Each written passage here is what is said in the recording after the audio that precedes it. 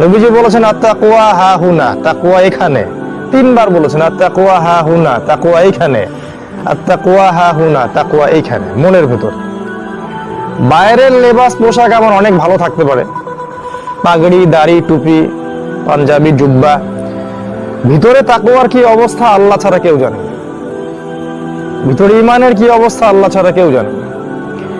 আল্লাহ পাক বলেছেন এই যারা আল্লাহকে এরকম করে ভয় করে এবং এমন ভাবে আল্লাহর ইবাদত করে, কাআন্নাকা তারাহু, যেন তারা আল্লাহকে দেখছে।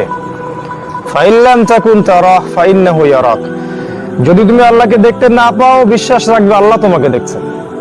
এইভাবে যারা আল্লাহর ইবাদত করে এরা মুত্তাকি। আর কোরআন এই মুত্তাকিদের জন্য হেদায়েত। কোরআন কি? উত্তর, কোরআন হচ্ছে এই পুরো মানব জাতির জন্য পথ নির্দেশ।